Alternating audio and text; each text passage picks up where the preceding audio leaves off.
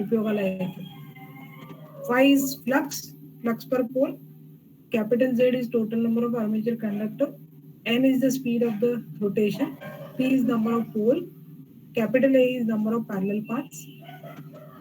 So this capital A is equal to 2 for the simplex wave winding, and this parallel path, that is capital A, will be equal to number of poles for simplex lap winding. So when we are going to solve the numericals, that time we need this information. Okay. Do you remember the types of the generators? Those we have studied. Types of the generators. Just we'll recall and then we'll move to the next content. That is voltage buildup. Do you remember the types of the generators?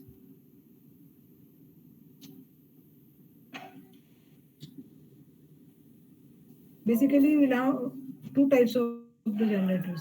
That is separately excited generator and self-excited generator.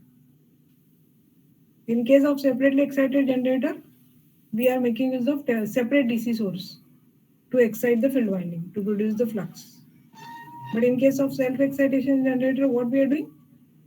We are taking armature current itself for exciting the field winding. The self-excited generator is divided into three types. ते तरी लक्षात आहेत का मुलांनो? कुठले कुठले? तीन types आहेत self-excited generatorचे.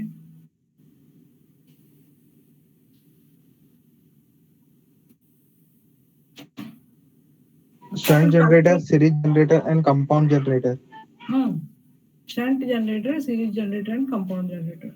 So that time we have recall the properties of the series circuit, parallel circuit, and those we have implemented in that particular circuit.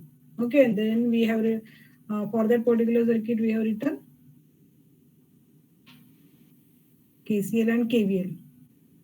Okay, just we have taken this information so that we'll move to our next content, that is related to shunt generator.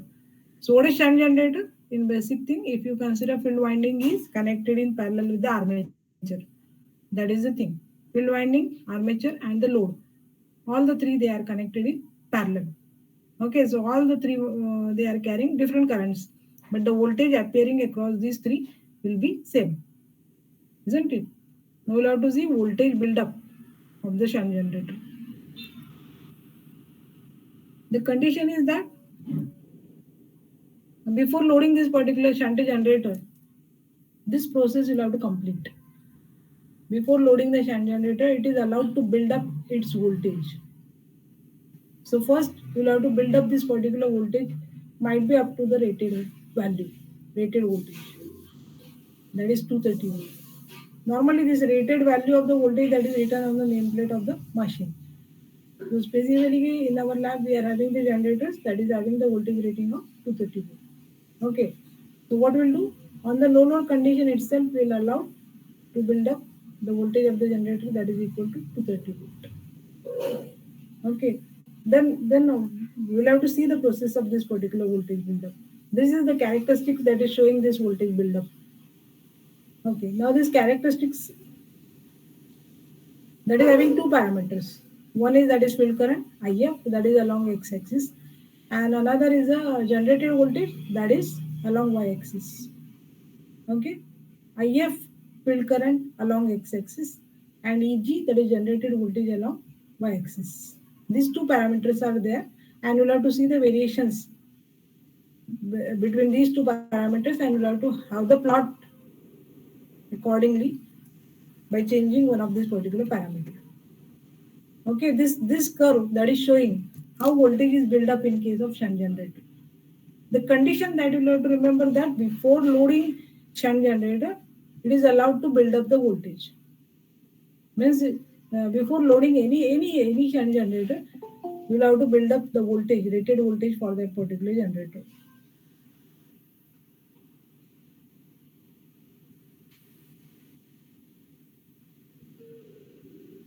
Okay, now the shunt generator is self-excited generator. That's what I already told. So in case of shunt generator, what is happening? The armature winding and field winding, they are connected in series during the initial running of the machine. So initially when you are starting this particular generator, initially field winding will carry the armature current. Okay. Now the thing is that for that you will have to remember the retentivity property of the magnetic pole. Do you know that magnetic pole, once it is magnetized almost throughout its that particular period, that particular magnetic property, that particular magnetic pole will held that particular property. म्हणजे एखादा piece जर आपण magnetise केला तर त्यातली जी property आहे ना ती लवकरात लवकर संपत नाही, ती तशीच राहते बराच वेळ. आपण जरी त्यातला फोर्स काढून घेतला तरी पण ती प्रॉपर्टी तशीच राहते. याचा अनुभव तुम्हाला आहे का मुलांनो?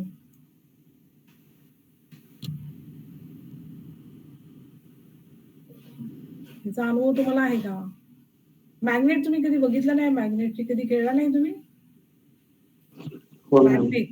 मग मॅग्नेटचा तुम्ही म्हटलं मॅग्नेट मधला प्रॉपर्टीज आपण सहजासहजी काढून घेऊ शकत नाही. एकदा ती मॅग्नेटिक प्रॉपर्टी त्याच्यात आली तर ती प्रॉपर्टी तशीच बराच वेळ त्याच्यात राहते.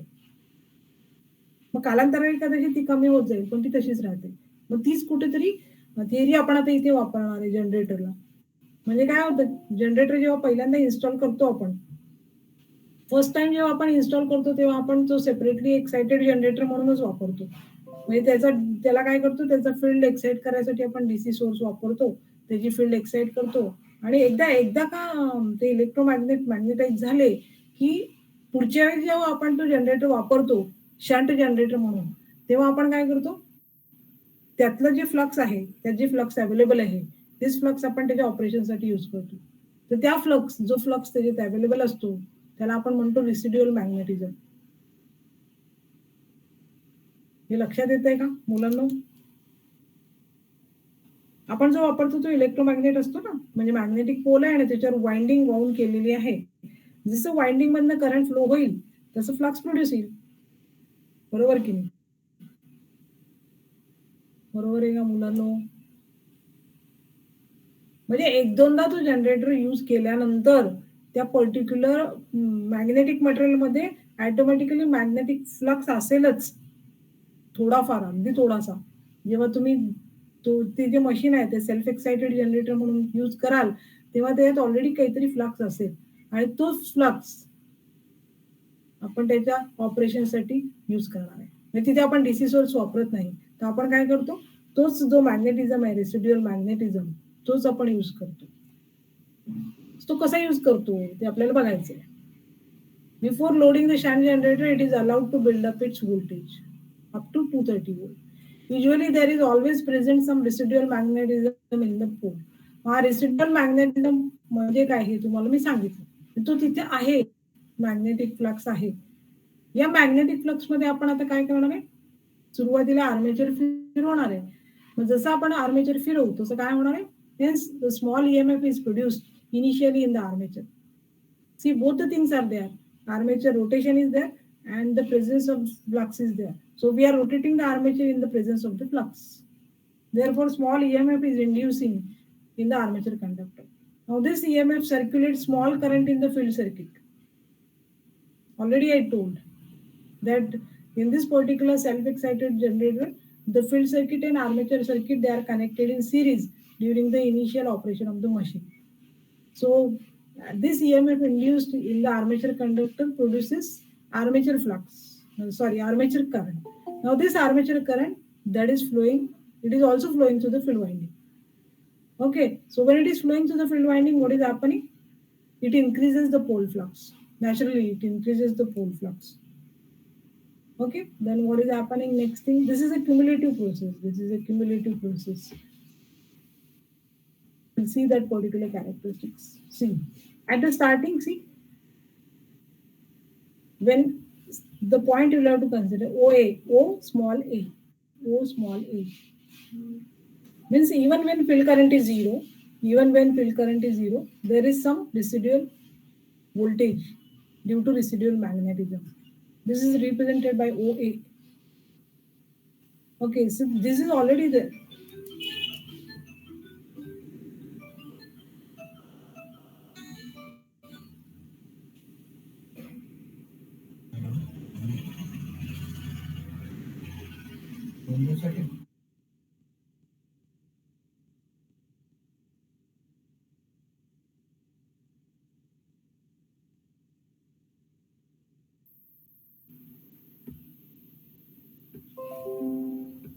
Okay, so this is the residual voltage due to residual flux.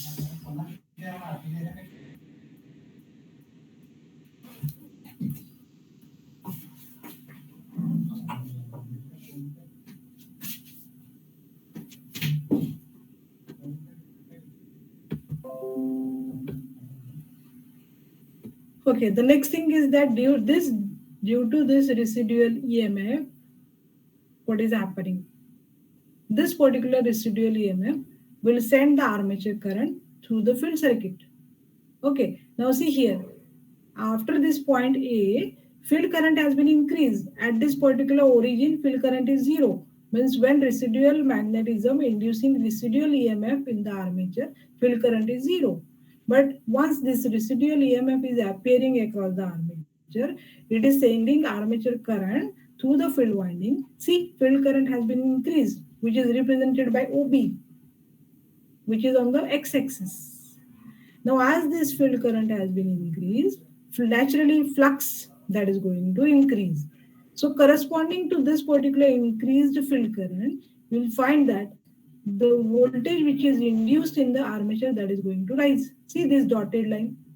If you extend this particular line from point B in the upward direction parallel to the y-axis, you will find that voltage which is induced in the armature that is rising. Again, the thing is that as the induced EMF in the armature that is rising, current flowing to the armature that is going to increase. The same current is flowing to the field winding. So again, corresponding to this EMF, the field current that is OD that is flowing through the field winding. So naturally, corresponding to this increased value of the field current, flux has been increased. As the flux is increasing, further EMF induced. So see, this is a cumulative process. Due to increase in the EMF, current is increasing. Due to increase in the current, flux is increasing. Due to increase in the flux, again the EMF is inducing. See, if you see the basic equation for the induced EMF, if you consider EG, see already, if you consider number of poles for a particular machine, that is a constant one. Number of parallel armature parallel path, that is also a constant one. Then if you consider Z, total number of armature conductors, that is a constant value. Okay, so here the variable term is flux. So for a constant speed, the generated EMF is always directly proportional to flux. म्हणजे आपल्याला relationship मिळालेलंच आहे, म्हणून आपण आता ते फक्त इथे prove करण्याचा प्रयत्न करतोय. म्हणजे जसं तुम्हाला तुमचं इजी वाढतं तसं तुमचं फ्लक्स वाढतं. फ्लक्स वाढलं की परत इजी वाढतं, इजी वाढलं की परत फ्लक्स वाढतं. This is a cumulative process and this cumulative process will go on till this particular voltage of the generator is reaching to its rated value, that is 230 volt, that is point P. बघा इथे तुम्हाला असे steps दिसत आहेत की नाही. Steps काय दाखवत आहेत आपल्याला की इंड्यूस ईएमएफ वाढतोय, इंड्यूस ईएमएफ वाढल्यामुळे फील्ड करंट वाढतोय, फील्ड करंट वाढल्यामुळे फ्लक्स वाढतोय, फ्लक्स वाढल्यामुळे परत इंड्यूस ईएमएफ वाढतोय. म्हणजे हे कुठेतरी असं एक वाढल्यानंतर एक वाढल्यानंतर एक ही जी आहे ना, ही प्रोसेस, ही क्युम्युलेटिव्ह प्रोसेस चालू राहते. कुठपर्यंत चालू राहते? Till you get this particular voltage that is 230 volt at the point P. इथपर्यंत ते चालू राहतं. And once this particular point has been reached, means after this particular voltage, you can load that particular generator. असं आहे. म्हणजे तुम्हाला दिसतात हे स्टेप्स दिसतात ते. आता मी काय सांगितलं ते कळालं का मुलांनो?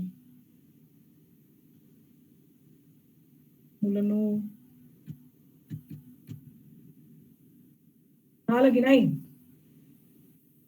काय डिफिकल्टी असेल तर विचारा, पटपट विचारलं म्हणजे जरा बरं.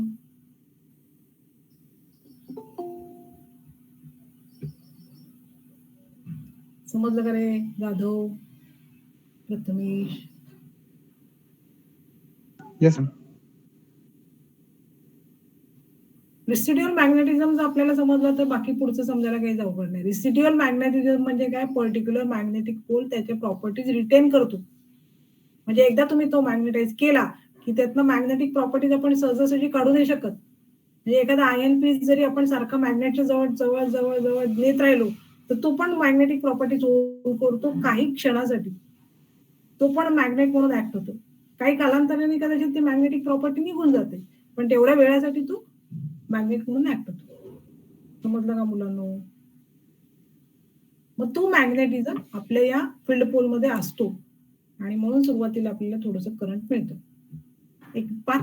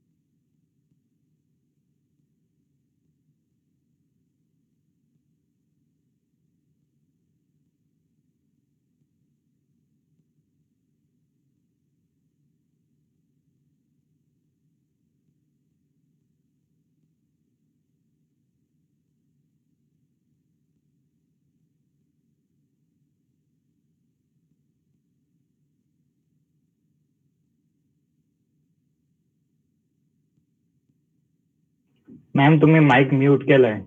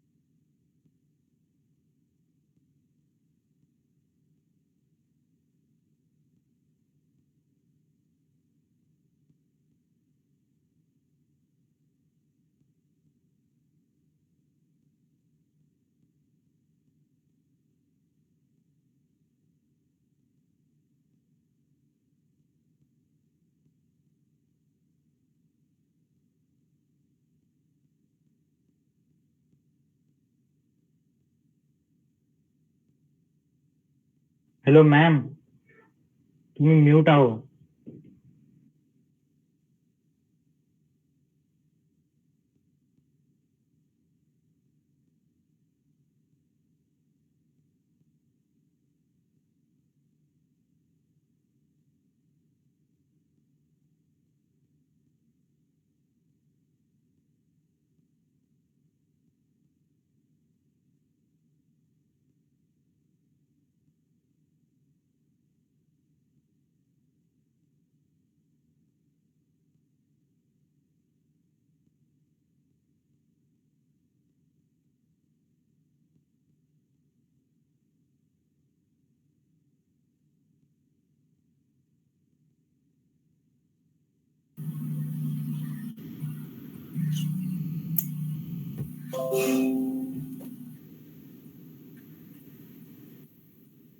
मुलांना आपण व्होल्टेज बिल्डअप बघत होतो. व्होल्टेज बिल्डअप करण्यासाठी आपल्याला रेसिड्युअल मॅग्नेटिझमची गरज असते. रेसिड्युअल मॅग्नेटिझम त्या मॅग्नेट मध्ये अवेलेबल असेल तर ही कर्व आपण प्लॉट करतो. ही कर्व जी आहे ना तुम्ही कदाचित शिकला पण असाल. बीएच कर्व मध्ये हा प्लॉट येतो. तुम्हाला जर आठवत असेल तर बीएच कर्व तुम्ही शिकलाय का? मॅग्नेटिक मटेरियलची बीएच कर्व असं शिकलाय का तुम्ही? हो की नाही उत्तर द्या की. हो तरी म्हणा, नाही तर नाही तरी म्हणा. नाही म्हटलं तर आपण पुढे जाऊ सांगून तुम्हाला. मुलांनो, हो काय? BH कर शिकलाय का मॅग्नेटिक मटेरियलची? B म्हणजे फ्लक्स डेन्सिटी आणि H म्हणजे मॅग्नेटायझिंग स्ट्रेंथ. शिकलाय की नाही? हो की नाही? हो पण नाही, नाही पण नाही. काय रे चिरंजीत शिकलायस का?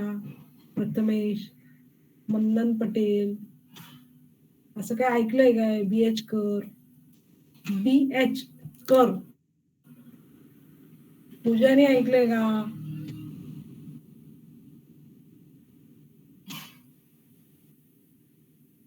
हा इकडे काहीतरी मेसेज आलाय बघ, चॅट मध्ये काहीतरी लिहिलंय. आवाज येत नाहीये. हा अरे आवाज नाही, मी बंदच केला होता राजा. आता मी आलेली आहे. तर आवाज येतोय का माझा? हा येतोय मॅडम. हा तर मग मी प्रश्न विचारला तर उत्तर काही येत नाही म्हणे. हो नाही तर नाही म्हटलं तर काही फरक पडत नाही ना. चुकलं तर चुकलं, पण रिस्पॉन्स यायला पाहिजे ना मुलांकडनं. बर ठीक आहे. तर ही जी आहे ना ही BH कर्वच आहे मॅग्नेटिक मटेरियलची. आता आपण त्याचे 2 पॅरामीटर वेगळे घेतले, जनरेटेड EMF आणि फील्ड करंट. तर फील्ड करंट हाच म्हणजे मॅग्नेटायझिंग स्ट्रेंथ किंवा मॅग्नेटायझिंग फोर्स, आणि Eg म्हणजे मॅग्नेटिक फ्लक्स डेन्सिटी. तर ही जी कॅरेक्टरिस्टिक आहे ही आता आपल्याला पुढे बघायचीच आहे.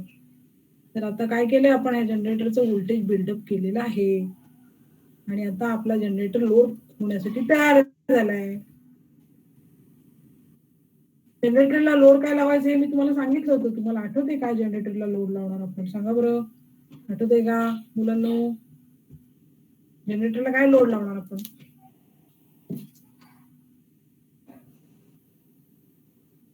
लोड कुठलं लावणार? मी तुम्हाला उदाहरण दिलं होतं तेव्हा. आपल्या घरात पंखे चालतात, आपल्या घरात ट्यूबलाईट चालतो, आपल्या घरात बल्ब आहे, आपल्या घरात टेलिव्हिजन आहे, मिक्सर आहे. ते काय कशावर काय आहे? याला काय म्हणायचं? याला काय म्हणायचं? हे लोडच आहे. हे लोड कशावर आहे? हा हे लोडच आहे, पण हे लोड कुठल्या जनरेटरवर आहे? जो जनरेटर आपल्या पॉवर स्टेशन मध्ये अवेलेबल आहे ना, त्याच्यावर हे लोड आहे. समजलं का मुलांनो? तो जनरेटर रन होतो, तो व्होल्टेज जनरेट करतो आणि म्हणून तर आपल्याला व्होल्टेज मिळतं ना. Yes, ma'am. जनरेटिंग स्टेशन्स माहिती आहेत का तुम्हाला? आपल्या महाराष्ट्रात जनरेटिंग स्टेशन्स आहेत का? हो. कुठले कुठले माहिती आहेत तुम्हाला? अगदी जगप्रसिद्ध असं एक जनरेटिंग स्टेशन आहे आपल्या महाराष्ट्रात. कुठलं?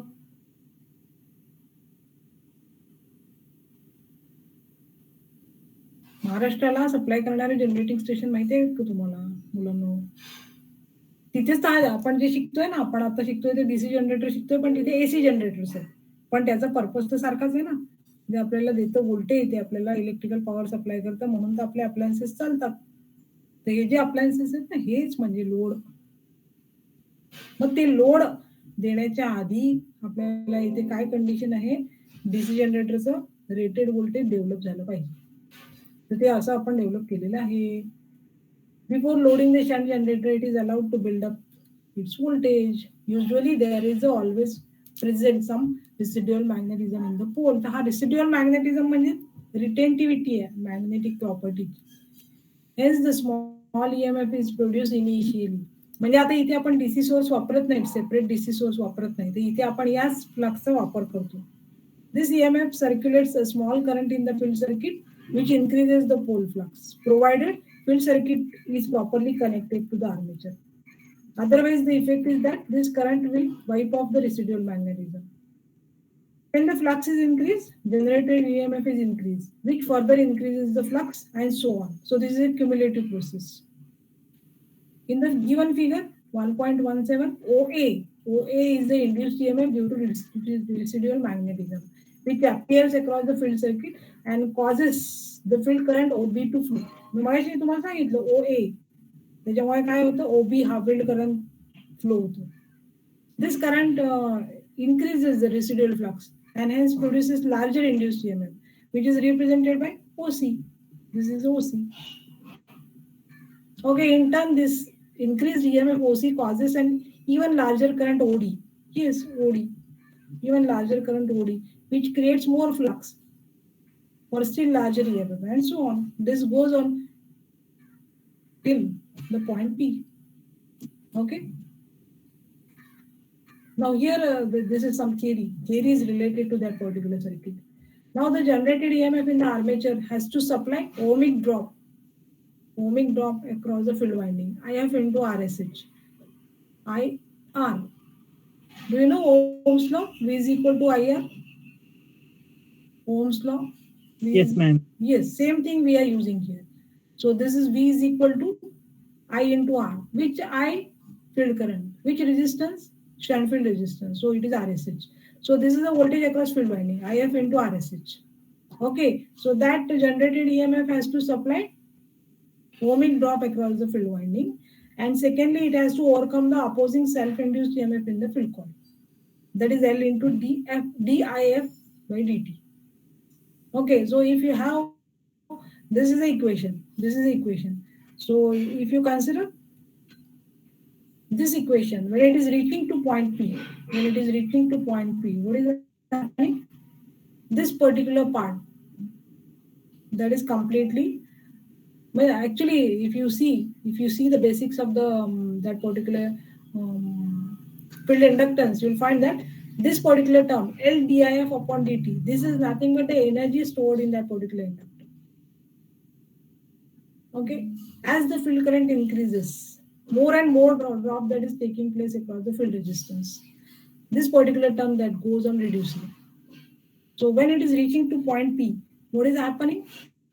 When it is reaching to point P, this complete induced EMF that is used to overcome only opposition due to field resistance. No further storage of the energy in the inductor of the field winding. Okay, this is happening. This particular curve, if you can see this curve, this we are calling it as the open circuit characteristic of the shunt generator. OCC, open circuit characteristic of the generator. I hope that you have understood this. Okay, for building up this particular voltage for the shunt generator, you have to follow some conditions. These conditions are very necessary. Okay, because voltage build-up, that is necessary. Once you build up this particular voltage, then only it is possible to load that particular generator. What are the conditions? Let us summarize those conditions.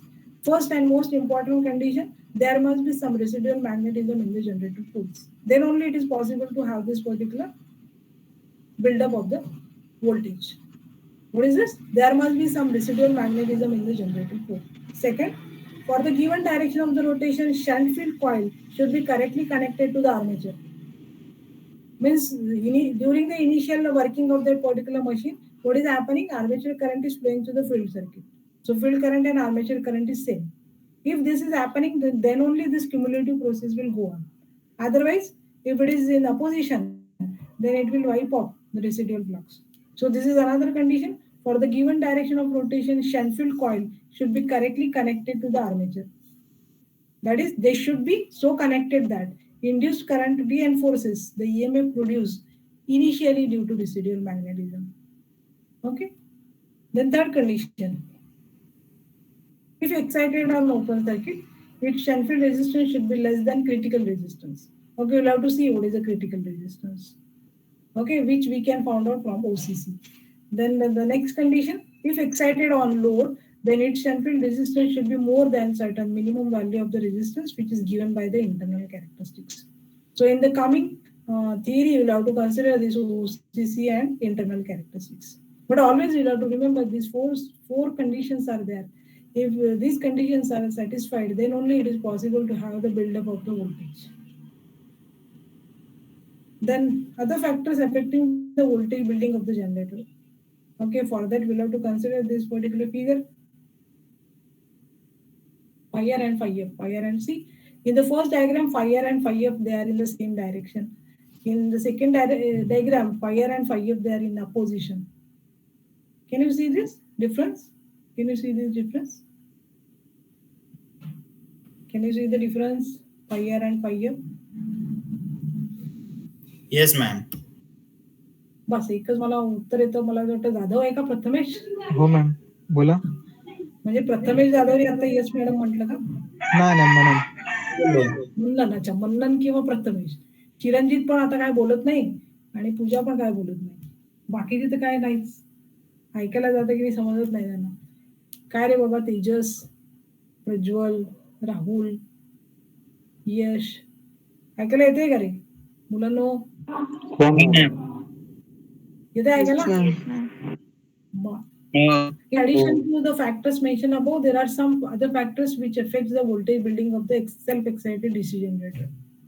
These factors are reverse shunt field connection. That's what I told. If the shunt field winding is connected properly with the armature winding, then only it's possible to get the building up of the voltage. Then second, reverse rotation. And the third is reverse residual magnetism. So all the three factors, they are in the reverse direction. The other factors which are affecting the voltage building up of the generator, that is, म्हणजे काय होतं, आपण लॅबोरेटरीमध्ये जातो आणि लॅबोरेटरीमध्ये आपण आपला prime mover सुरू करतो, रोटेशन सुरू करतो आणि बघतो की आता जनरेटरचं व्होल्टेज आपल्याला मिळेल म्हणून आपण त्याला एक मल्टीमीटर लावतो आणि बघतो की व्होल्टेज बिल्डअप होतच नाहीये. व्होल्टेज काय बिल्डअप होत नाही, झिरोच व्होल्टेज आहे. फार तर फार 2 व्होल्ट किंवा 4 व्होल्ट आहे. तर त्यावेळेस आपल्याला विचार करायला काहीतरी पाहिजे ना, मग कुठले फॅक्टर्स आपण चेक केले पाहिजे. तर ते हे फॅक्टर्स आहेत. कुठले फॅक्टर्स आहेत? First factor is reverse shunt field connection. Second factor is reverse rotation. म्हणजे जर प्राईम मूव्हरनी रोटेशन सुद्धा रिव्हर्स केलं तर आपलं व्होल्टेज बिल्डअप होत नाही. मग त्या ठिकाणी आपल्याला परत डायरेक्शन बघायला लागते रोटेशनची. आणि तिसरा फॅक्टर रिव्हर्स रेसिड्युअल मॅग्नेटिझम. त्यामुळे सुद्धा व्होल्टेज बिल्डअप होत नाही. आता इथे तुम्हाला फिगर मी मगाशी दाखवली, त्याच्यात काय represent, this figure represent the normal operation. The prime mover rotation is clockwise and both the residual flux and the field flux, they are directed to the left. बघा, डायरेक्शन ऑफ रोटेशन दाखवलेली आहे, clockwise दाखवलेली आहे direction, आणि residual flux five R आणि field flux five F, they are in both they are in the same direction, that is towards left. म्हणजे इथे ही condition satisfy झालेली आहे, त्याच्यामुळे व्होल्टेज बिल्डअप होणार आहे पहिल्या फिगरमध्ये, ए मध्ये. आता दुसऱ्या फिगरमध्ये काय झालेलं आहे? Figure B shows the reversed connection of the field circuit, which causes phi F to oppose phi R. Consequently, generator voltage builds down from its original residual value. Second figure मध्ये काय झालेलं आहे की फील्ड कनेक्शन जे आहे ते, आता तुम्ही इथे बघितलंय या फील्ड पोलवर वाइंडिंग आहे आणि त्या वाइंडिंगचं डायरेक्शन म्हणजे करंटचं डायरेक्शन पण दाखवलेलं आहे. तुम्हाला दिसतंय का करंटचं डायरेक्शन? तुम्हाला जर करंटची डायरेक्शन माहिती असेल तर तुम्हाला फ्लक्सची डायरेक्शन मिळते का? कुठला काय रूल माहितीये का तुम्हाला असा? फ्लक्सची म्हणजे करंटची डायरेक्शन जर माहिती असेल तर फ्लक्सची डायरेक्शन माहित करून घेता येते का? असं कुठला रूल तुम्हाला माहिती आहे का? परवा मी तुम्हाला सांगितले होते 3 रूल बघायला. Fleming's right hand rule. Fleming's right hand rule नाही राजा इथे वापरता येणार. इथे 2च क्वांटिटीज आहेत. कुठल्या 2 क्वांटिटीज आहेत? एक तर करंटची डायरेक्शन आपल्याला माहिती आहे आणि दुसरी फ्लक्सची फाइंड आउट करायची. 2च क्वांटिटीज आहेत. मग कसं काय राईट हँड रूल वापरणार आपण? परवा म्हणजे मला असं वाटतं मॅक्सवेल स्क्रू रूल. मॅक्सवेल्स काय आहे म्हणे तो rule? The right hand screw is the turned so that the moves forward in the same direction as the conventional current is the direction of the rotational will give the direction of the magnetic field. बरं, पण आता इथे direction of current आणि direction of flux कसं काय decide करणार? तू सांगतोय ते आहे बरोबर, काहीतरी वाटतंय मला, पण डायरेक्शन ऑफ करंट जर माहिती असेल तर फ्लक्सची डायरेक्शन कशी मिळणार आपल्याला? परवा मला असं वाटतं शुक्रवारच्या लेक्चरमध्ये मी तुम्हाला 3 रूल सांगितले होते शोधायला. Fleming's right hand rule, Fleming's left hand rule आणि अजून एक सांगितलं होतं राईट हँड स्क्रू रूल, असं काहीतरी सांगितलं होतं. मग तो तुम्ही बघितला का रूल? तो कोणी बघण्याचा प्रयत्न केला का? Right hand screw rule. त्या रूल मध्ये काय? Hold the conductor in your right hand such that hold the conductor in your right hand such that the wrap finger, if the thumb is indicating direction of current, sorry, आता इथे coil आहे का conductor आहे? इथे coil आहे बहुतेक ना, म्हणजे तुम्हाला त्या दृष्टीने सांगितलं पाहिजे. Hold the coil in your right hand such that the wrap finger indicates the direction of the current, then thumb will indicate direction of the flux. असं काय आपण शिकलोय का? म्हणजे एखादा कंडक्टर आपण राईट हँड मध्ये धरला ना, तर तुम्हाला होते, एक मिनिट.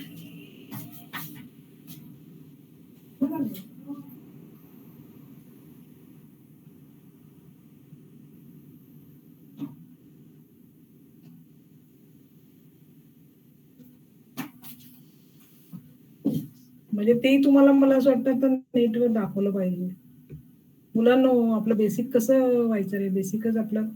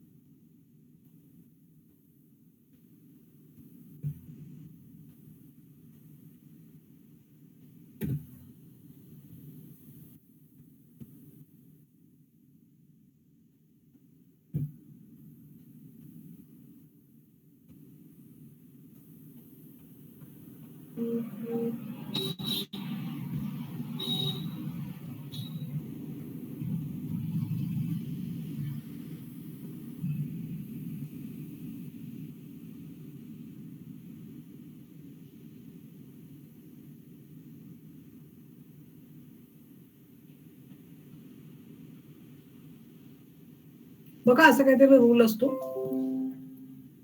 असं काय आठवतंय तुम्हाला? मी आता प्रेझेंट केलंय, दिसतंय का मुलांनो?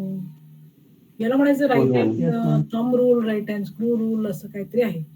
हा माहितीये का तुम्हाला रूल? हा एक कंडक्टर आहे, आता होल्ड केलेला आहे कंडक्टर राईट हँड मध्ये. कंडक्टर मध्ये राईट हँड मध्ये होल्ड केलाय आणि त्याचं थंब काय दाखवतंय? Direction of the current flowing to the conductor. आणि रॅप फिंगर आहे ते काय दाखवतात? Magnetic field. Yes, that is showing the magnetic field. तर हा, हे conductor direction of magnetic field. हो, पण हे जर कंडक्टर साठी झालं, पण आता आपल्याला कॉईल साठी पाहिजे. तर कॉईल साठी या दोन क्वांटिटीज वेगळ्या होतात. कॉईल म्हणजे काय असतं? नंबर ऑफ टर्न्स असतात ना कॉईल मध्ये. तुम्हाला इमॅजिन करू शकता, कॉईल मध्ये नंबर ऑफ टर्न्स असतात. तर ते, हा जो रूल अप्लाय करतो ना आपण, तेव्हा ते रॅप फिंगर्स काय दाखवतात? डायरेक्शन ऑफ करंट, आणि thumb will indicate direction of flux. तुम्हाला आता इथे कॉईल दिसते का? बघा, इथे कॉईल आहे, कंडक्टर नाही आहे, इथे कॉईल आहे. कॉईल दिसतात आहे ना, दोन टर्न्स दिसतात आहे का इथे मुलांना? मग हा हा पीस जो आहे ना मॅग्नेटचा, असाच्या असं जर तुम्ही होल्ड केला राईट हँड मध्ये, तर हे जे फिंगर्स आहेत ना, wrap finger, that is showing the direction of current. म्हणून थंब काय दाखवतं?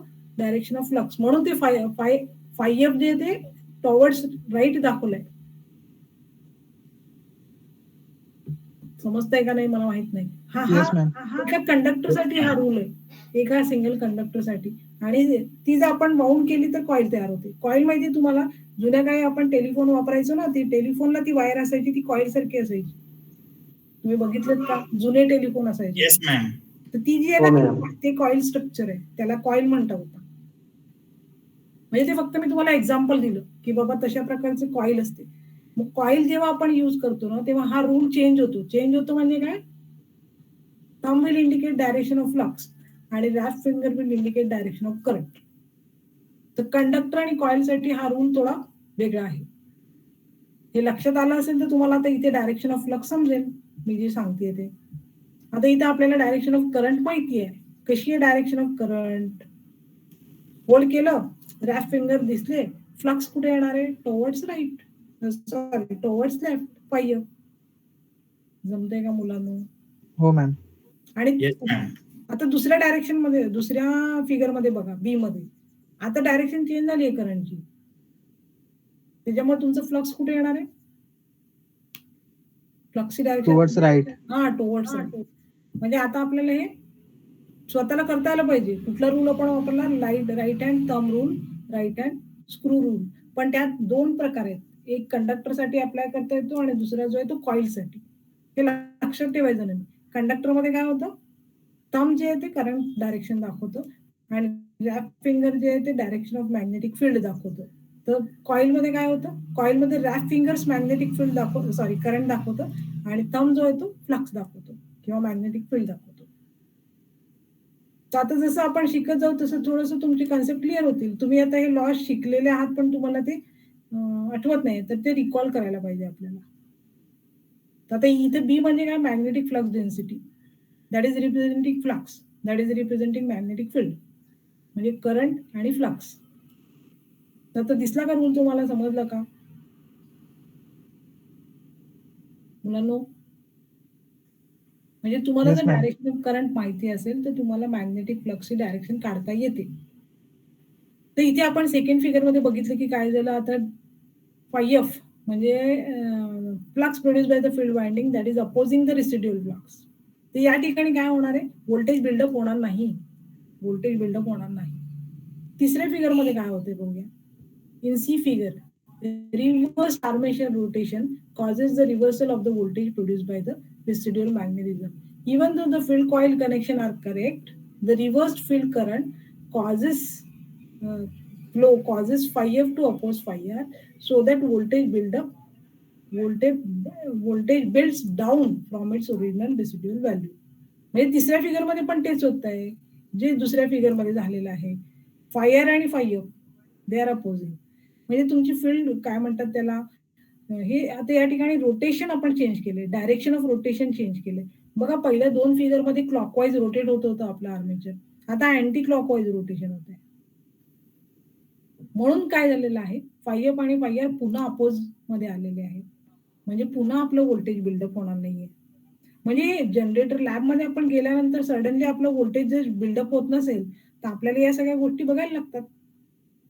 चौथी कंडिशन काय आहे? D shows that when due to some reason residual magnetism get reversed, म्हणजे आता फाय आरच रिव्हर्स झाला, hence the armature voltage is also reversed, which further reverses the field current. Consequently, both phi r and phi f they will be reversed. Okay, and they are directed to the right as shown in the figure. Under this condition, voltage buildup means that will occur, but in the reverse direction. Okay, this is the fourth condition. Now see, both phi r and phi f they are towards right in the same direction. So if you compare figure A and figure D, voltage buildup will be there, but now voltage buildup in figure A, if it is positive, voltage buildup in D will be negative. That is in the opposite direction to that of first figure, that is A. Okay. Now, obviously, generated voltage will operate at the rated voltage, but with the reverse polarity. That's what I told. Reverse polarity. If you consider the voltage that is built up in the first figure, that is A, that is positive, voltage that is built up in figure D, that is negative.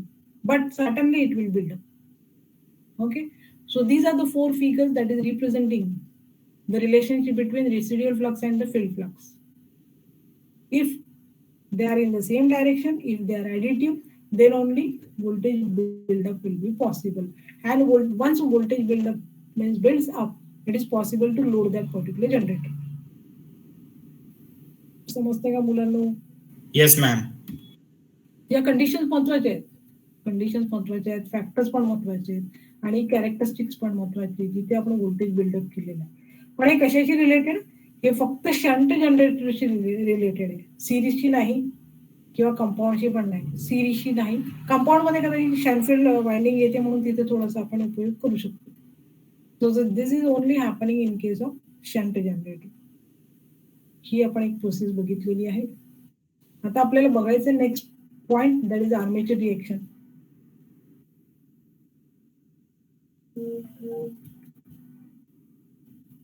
Armature reaction, commutation आणि नंतर आपण characteristic कडे वळणार आहोत. पण त्याच्या आधी आपल्याला हे बघणं जरुरी आहे आर्मेचर रिएक्शन म्हणजे काय, आणि मग आपल्याला बघायचंय कॅरेक्टरिस्टिक्स.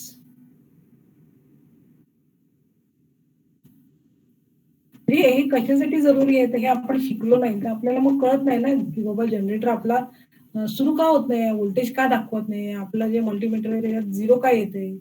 हे जर कारण आपल्याला आधीच माहिती असतील तर आपण त्याप्रमाणे चेक करू शकतो. काही काही वेळेस काय होतं की आता ब्रश जो असतो ना आपला ब्रश आणि कम्युटेटर यामधला गॅप पण खूप जास्त झाला तरी सुद्धा व्होल्टेज बिल्डअप होत नाही. मग त्या ठिकाणी आपल्याला तो जो गॅप आहे तो ऍडजस्ट करावा लागतो. असंही होतं. म्हणजे या प्रॅक्टिकल डिफिकल्टी आपण थोड्याशा लॅबमध्ये गेलो असतो तर जास्ती चांगल्या समजल्या असत्या, पण आता आपण लॅबमध्ये जाणार नाही. Armature reaction. तर आर्मेचर रिएक्शन म्हणजे काय, this is a reaction of the armature असं थोडक्यात आपण म्हणू शकतो.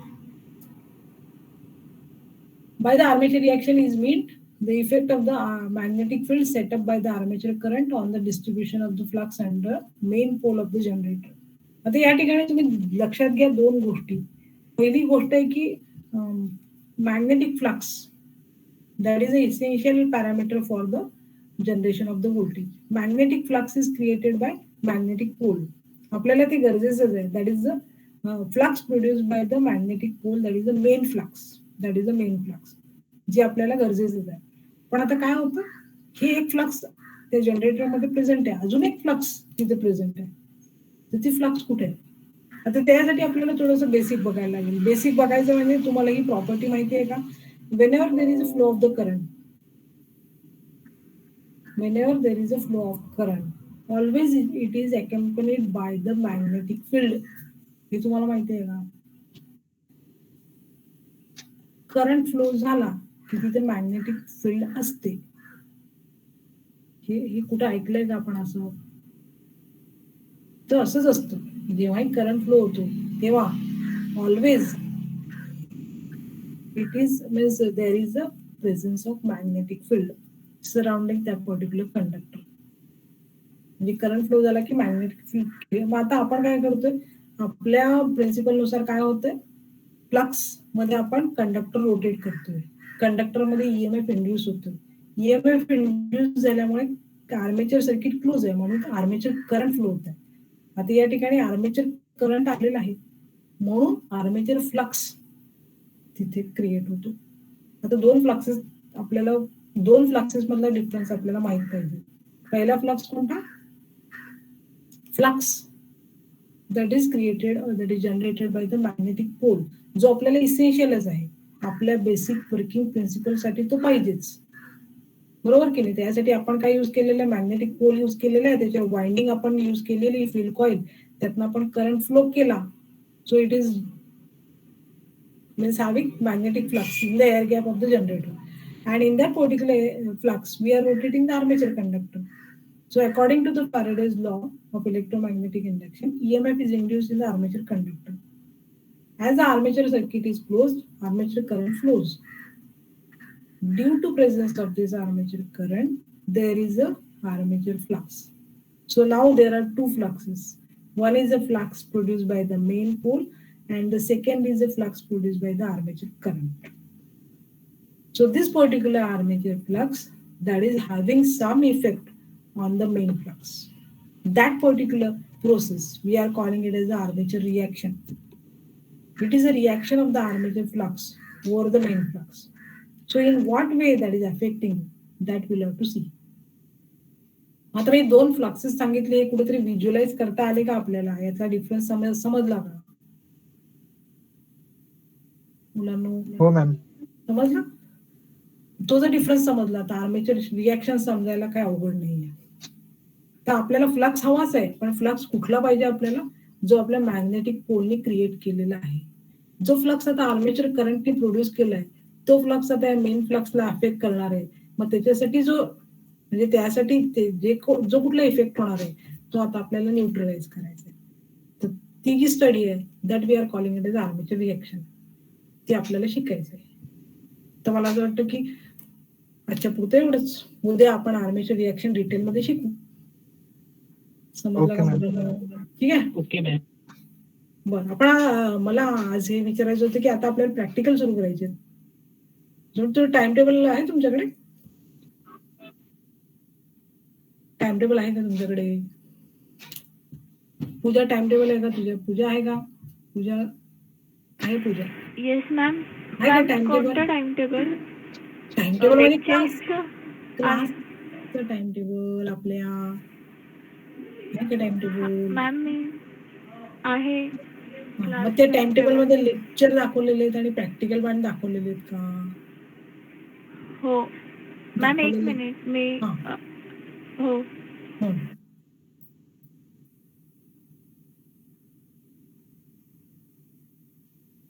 दाखवलेले आहेत का मुलांनो?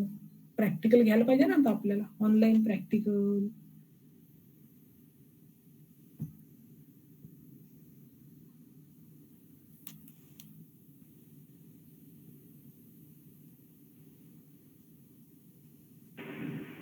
मॅम. मग तुमचं सीआर आला का रे आज? सीआर प्रेझेंट आहे काय? सीआर दिसतोय काय? नाही मॅम. नाही. बर बोला पूजा. टाइम हा मॅम. बघितलं आहे का टाइम? मॅम. हो प्रॅक्टिकल आवर्स दिलेले आहेत ना आपल्याला. हो हो तर मला काय म्हणायचंय की प्रत्येक दिवशी दुपारी आपण प्रॅक्टिकल कंडक्ट करण्यापेक्षा 3 बॅचेस दाखवलेले आहेत ना. 3 बॅचेस दाखवले आहेत 3 वेगवेगळ्या दिवशी. तुमच्या हो batches ma'am. Tuesday, Wednesday, Thursday. हा बॅचेस पडलेले आहे का तुमच्या पीआरएन नंबर नुसार? आतापर्यंत प्रॅक्टिकलला 3 बॅचेस मध्ये केलंय का तुम्ही फर्स्ट इयरला? नाही मॅम मॅम. सब्जेक्ट नुसार बॅचेस टीचर्सनी क्रिएट केलेले पण वेगवेगळे होते प्रत्येक ह्याला. हो पण मग 3 बॅचेसला 3 प्रॅक्टिकल असं घ्यायचे का आठवड्याला, असं मला विचारायचंय. आठवड्याला वगैरे नाही मॅम, तसे झाले नाहीत ते. मग काय करायचे? मग कसे घ्यायचे प्रॅक्टिकल? मग कसे घेतले गेले प्रॅक्टिकल? मॅम प्रॅक्टिकल झालेच नाही, आम्हाला प्रॅक्टिकल लिहायला दिलेले प्रोजेक्ट पेपरवर. हा मॅम लिहायला दिलेले आणि लिहायला व्हिडिओज दिले? सेंड केलेले. बरोबर. हा म्हणजे तुम्ही ते प्रॅक्टिकल लिहिले, डायग्राम काढल्या आणि काय जे आहे ते सबमिट केलं. हो मॅम. हो. ऑनलाईन व्हर्च्युअल लॅब वर पण परफॉर्म करायला नाही भेटलं. व्हर्च्युअल लॅब आम्हाला व्हर्च्युअल लॅब कुठल्या विषयासाठी सांगितली होती? टाइम टेबल मध्ये नव्हतं पण नव्हते. आपलं मशीन साठी ना व्हर्च्युअल लॅब अवेलेबल आहे. मला असं वाटतं IIT मुंबईचीच ती व्हर्च्युअल लॅब आहे आणि त्याच्यातच तो सब्जेक्ट आहे इलेक्ट्रिकल मशीन्सचा. तर त्याच्यात प्रॅक्टिकल्स आहेत. त्याच्यात प्रॅक्टिकल दिलेले आहेत आणि ते व्हर्च्युअली तुम्ही करून बघू शकता. आपल्याला ते पण करायचे, पण आपल्याला प्रॅक्टिकल पण घ्यायचे. तर मग मी काय करणार आहे, तसं आहे मुलांचा रिस्पॉन्स बघा, आज तर 42च मुलं आहेत. म्हणजे सगळी मुलं काय प्रेझेंट असतात. आज 67 मुलं एका वेळेस प्रेझेंट असतात असं काही मी बघितलं नाही आतापर्यंत. तर माझं असं म्हणणं आहे की मी प्रॅक्टिकल कंडक्ट करते. मी काय करते, एकाच दिवशी दुपारी 3:30 ते 5:30 असं ते कंडक्ट करते. कंडक्ट करते म्हणजे मी ऍक्च्युली सांगते मुलांना, सगळी डायग्राम समजून सांगते, त्याची थिअरी काय आहे, कसं परफॉर्म करायचं, आपल्याला काय रिडिंग घ्यायची आहे, हे सगळं दाखवते मी ऍक्च्युली ऑनलाईन. आणि मग त्यांनी ते लिहायचं समजून घेतल्यावर. तर मला काय म्हणायचं की आता 3 वेगवेगळ्या दिवशी घेण्यापेक्षा आपण एकच दिवस कुठला तरी घेऊ. तर तो दिवस फक्त मला तुम्ही सांगा. कुठल्या दिवशी बाबा? 3:30 ते 5:30. मॅम तुम्ही सांगा एखादा डे फिक्स. नाही तुमचं कसं प्रॅक्टिकल आहेत ना, बाकीच्या विषयाचे पण प्रॅक्टिकल आता काय घेत आहेत का काय मला माहित नाही ना. हो मॅम. अजून असाइनमेंट तरी देणार मॅडम आहे. नाही. मॅम प्रॅक्टिकल्स अजून तरी स्टार्ट नाही झालेत. मग तुम्ही एखादा डे सांगून ठेवा. मी दुसऱ्या कुठल्या टीचरनी सांगितलं तर आम्ही सांगता येईल की त्या दिवशी हा प्रॅक्टिकल डिसाइडेड आहे. अजून तरी कुठलाच प्रॅक्टिकल स्टार्ट नाही झाला. नाही तसं सांगण्याची गरजच नाही. ते टीचरला सांगण्याची गरज नाहीये. तसं तुमचं सुरू झालं तर उलट तुम्हीच मला इंटिमेट करायचंय. कळलं का? म्हणजे ते टाइम टेबल मध्ये दिलंय ना, मग टाइम टेबल प्रमाणे त्यांना त्यांचं घ्यायचंच आहे, मला पण माझं घ्यायचंच आहे. फक्त मी काय करते, ते 3 दिवसांच्या ऐवजी सगळ्यांना मी एकाच दिवशी बोलवणार आहे, असं मला म्हणायचंय. तो एक दिवस कुठला? मंगळवार, बुधवार, गुरुवार असं तुमचं प्रॅक्टिकल दाखवलंय बहुतेक, बरोबर ना पूजा? हो मॅम. तर मंगळवार, बुधवार, गुरुवार तुम्हाला कुठला सुटेबल आहे तो सांगा. इवन सॅटर्डेला पण तुम्ही म्हटलं तर काय प्रॉब्लेम नाही. 3:30 ते 5:30. हो मॅम चालेल, सॅटर्डेला ठेवा मग. सॅटर्डेला काय होतं, तुम्हाला ते बाकी काम दिलेलं असतं ना, मग ते करायला तुम्हाला वेळ मिळतो राजा. एरवी कसं आता 5ला लेक्चर असतो आमचं. कोण घेतं लेक्चर? पोद्दार मॅडम येतात. एचं लेक्चर. EMI लेक्चर असतो.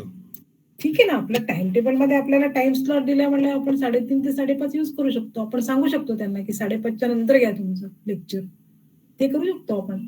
कारण त्या टाइम स्लॉट मध्ये तुमचं लेक्चर आधीच येते बहुतेक.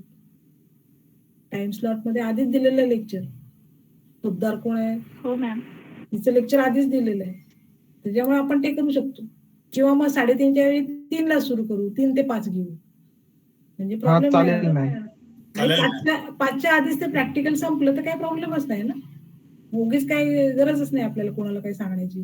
फक्त मला सध्या तरी एक दिवस तुम्ही सांगा तुमच्या कन्व्हिनियन्स प्रमाणे. सगळेजण अवेलेबल पाहिजे, मंगळवार, बुधवार, गुरुवार. इव्हन शुक्रवार असेल तरी चालेल, काय प्रॉब्लेम नाही. सोमवार फक्त मी नाही म्हणतेय, आणि शनिवारी नको, कारण शनिवारी मग आम्हाला म्हणजे कॉलेजची कामं असतात, त्याच्यामुळे शनिवारी नको. मंगळवार, बुधवार, गुरुवार, शुक्रवार या 4 दिवसापैकी कुठलेही एक दिवस. उद्या जरी पूजाने सांगितलं मला तरी चालेल. टायमिंग काय आपलं 3 ते 5. आणि त्यातूनही जर प्रॅक्टिकल सगळ्यांनी रेग्युलर सुरू केले तर मग मी 3 बॅचेस घेऊ शकते, काय प्रॉब्लेम नाही. पण आता कोणी घेत नाही ना, म्हणून मी म्हणते की सगळ्यांना एकदमच सांगेन, मी एक्सप्लेन करेल. कशाला 3 वेगवेगळे दिवस घ्यायचे? पटतंय का तुम्हाला मुलांना? हो मॅम मंडे आणि मॅम मंडे आणि फ्रायडे बघा. बर, तर पूजा बघ, तू सांग मला विचारून. हा हो मॅम. मॅम ठीक आहे. आता लेक्चरची लिंक आली आहे. बर, मग आता आपण थांबूया इथे. तर उद्या मला तू निरोप दे.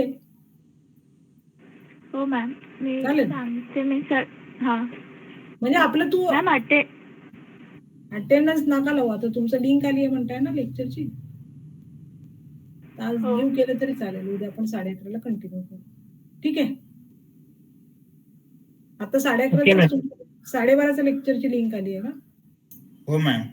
बर, ठीक आहे. मग पटपट लिहू आणि तिकडे जॉईन करा. चला लिहू.